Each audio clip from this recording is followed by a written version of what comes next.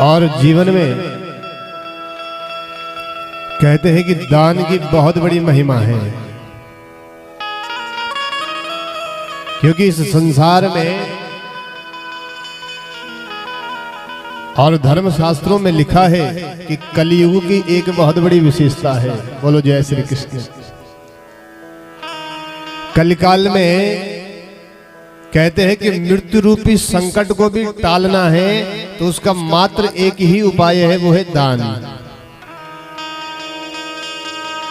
दान देकर के हम अपने जीवन के अनेक अरिष्टों को टाल सकते हैं। इसलिए आप सभी दानी दाताओं को, सभी भक्तों को, और ये तो आप और हम सब की कथा है, भगवान आप सबके भंडार को भरा रखे। और इस संसार में ये जो हमारा मनुष्य जीवन है, ये भी सच है कि हमें हमेशा यहाँ पर नहीं रहना है। क्यों भाई? जिस प्रकार से हम अपने पुराने वस्त्र बदल करके नए वस्त्र पहनते हैं, बोले ठीक इसी प्रकार से हमें ये शरीर बदलना है। और ये शरीर बदलने के बाद हमें दूसरा शरीर धारण न करना पड़े, इसका मात्र एक ही मार्ग है, वो है सत्कर्म, वो है दान। क्योंकि इस संसार में कोई भी परमानेंट नहीं है, जगत में कोई न परमानेंट। इसलिए जीवन में जितना हो सके सत्कर्म करिए, क्योंकि ये जो मानव शरीर हमें मिला है, इसके बाद हमें फिर यहां नहीं आना है। पुनरपि जन्मं पुनरपि मरणं,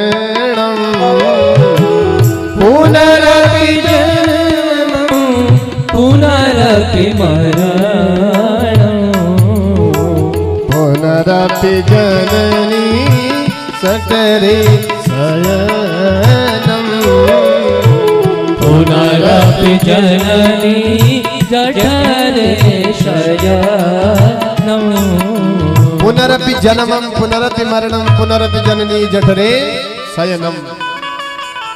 क्योंकि यहाँ फिर दोबारा नहीं आना है। भाई ऐसा कौन सा जीव होगा, ऐसा कौन सा मानव होगा कि जो फिर इस मृत्यु लोक में आना चाहेगा? क्यों? कोई भी नहीं आना चाहेगा। और मानव शरीर जब मिल जाता है तो उसके बाद जीव ये तो नरक में जाता है और ये तो भगवान के बैकुंठ में जाता है। और जो बैकुंठ में जाएगा उसे फिर इस जन्म मरण के चक्कर में पड़ना ही नहीं पड़ेगा, वो मुक्त हो जाता है। इसलिए जीवन में सत्कर्म करिए। और कलयुग में दान की बहुत बड़ी महिमा है। तन पवित्र सेवा किए, धन पवित्र किए दान,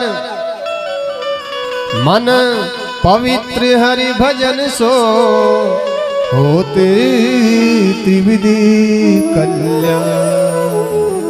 राजा बलि, जिनका नाम आज भी दानवीरों में आता है, सबसे पहले उनका नाम आता है। और सर्वस्व भगवान को समर्पित कर दिया। और जब सर्वस्व भगवान को समर्पित किया तो भगवान भी आज राजा बलि के द्वारपाल बनने को राजी हो गए। भगवान ने स्वयं को ही समर्पित कर दिया। परमात्मा कहते हैं प्यारे, तन पवित्र सेवा किए। अगर इस शरीर को पवित्र करना चाहते हो तो ये सेंट, शैम्पू, साबुन से नहीं होने वाला। ये केवल और केवल भगवान की सेवा से होगा, दीनहीन जनों की सेवा से होगा। कोई असहाय दिखाई दे, कोई पड़ोस में आपको दिखाई देता है कि असहाय है, बीमार है, इसको आवश्यकता है, तो उसकी सेवा करो। कहीं पर सत्कर्म हो रहा हो तो वहां पर सबसे आगे खड़े हो जाओ। उससे क्या होगा? बोले उससे हमारा तन पवित्र होगा। प्रातःकालीन हम देखते हैं यहाँ पर हमारी कई बहनें हैं, जो यहाँ पर आकर के और अपने हाथ से सुंदर सफाई करते हैं पूरे पंडाल की। तो जो लोग यहाँ पर सेवा करते हैं उसी सेवा से कहते हैं हमारा जो तन है वो पवित्र होता है। और धन की पवित्रता चाहते हो तो उसका एक ही मार्ग है, वो है दान। दान देकर के कहते हैं राजन, कोई भी आज तक गरीब नहीं हुआ। बोलो जय श्री कृष्ण। दान देकर के कहीं सुना है आपने कि कोई महाराज वो हमार गांव छा खूब दान कर छा, लाट में कुछ भी नहीं रहे हो? हुआ कभी ऐसा? कभी नहीं। दान देकर के धन और पवित्र होता है और बढ़ता है। उसमें जो विकार होता है वो समाप्त हो जाता है। मन पवित्र हरि भजन सो। और मन पवित्र कैसे होगा? तो कहते हैं कि मन पवित्र भगवान के कीर्तन से होगा, भगवान के गुणानुवाद से होगा। तो कहने का भाव यह है कि इस कलिकाल में सत्कर्म करना ही एक मुख्य मार्ग मानव का है। और